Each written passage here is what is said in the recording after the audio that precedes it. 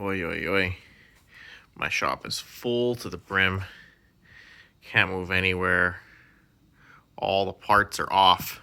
When you take a whole car apart, it takes up crap loads of room because it's not condensed into the car anymore.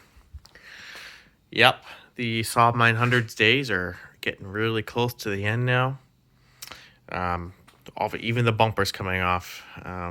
Just storing it on the car for now. So yeah, we've got all the wiring removed from the entire vehicle. All of it. We're talking interior harnesses, dash harnesses, engine bay, and fuse box and everything out. Obviously the power plant's out. Various interior pieces, the dash, stuff like that. We've got the seats out, front and rear. The bench seat. We've got the rear pop-out windows, or we got the lower dash, the door cards. I even took the sunroof because this car has the manual roof. As shabby as it is, I really like this roof because you don't have to worry about any electronics or anything. It's very easy to use. It's just a flick of a thing and it opens and closes like a submarine hatch. I love the thing. So if I have any issues with my next car with the power roof, to hell with it. That roof's going in there. We've got some more carpet. Got the front and rear carpets out. Don't know if I'll use it, but it's always nice to have some spares if you want to experiment with some dyeing and stuff like that. Nothing much else to speak of in there. Got all the carpets. There's nothing but just a shell in here now. The steering wheel's only really on there just for the sake of me pulling it in out of the shop and having steering. All the tail lights and the door hardware and the lock sets and the door handles have all been removed because it's nice to have extra locks if you want to rekey or if you have to change your locks. It's nice to be able to rekey your stuff later. We've got now on the shelves are all full of exterior and interior pieces.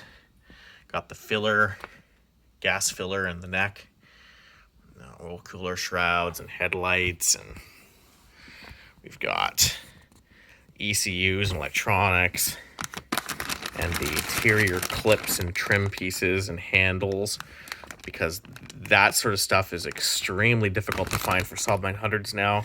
All the lights and little clips and everything, door pulls and stuff like that. That stuff's all extremely difficult to get for Saab 900s now. So that's all definitely worth keeping. We got door lock motors and rear hatch door lock, cruise control pump. We've got engine bay stuff. There's just everything under the sun. There's nothing but a shell. I'm not going to keep this rear bumper because it's actually been in an accident. Somebody actually rear-ended me. It didn't do a hell of a lot of damage to the bumper, but I'd be wise to just find a better one. So the only other thing that I have to remove now is I'm going to remove the rear window and the front window, not because the glass. This glass is actually damaged. Some idiot tried to break in one day, but I'd like to keep the trim because I've kept all the rest of the trim on the car. Because it's hard also to find trim, so I've pulled all those trims off, all the window trim, got the wiper linkage and everything out, and yeah, so I'd like to keep these front and rear trims for the windshield and the rear lights. So yes, I'll probably even scrape off those turbo emblems just for the sake of it. So other than that, the last thing that I would like to probably take off is the 4x114 hubs, because if I get a 86 and up car, which is more than likely what's going to happen because the older versions of these cars are getting too rare and they're usually in too rough of shape for me to bother, so I was probably going to end up buying like a 92 non-turbo, run of the mill, and then convert it to my SPG turbo, because why not?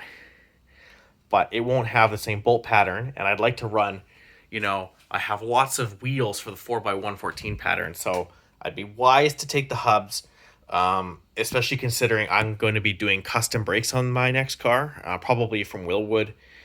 And it's easier to find custom brakes with the 4x114 pattern than the 4x108 in the later Saabs. So, enough of that. This thing is, days are numbered. Say goodbye. I've had this car for almost, probably a decade now, actually. So, it's done a very good job for a $500 car.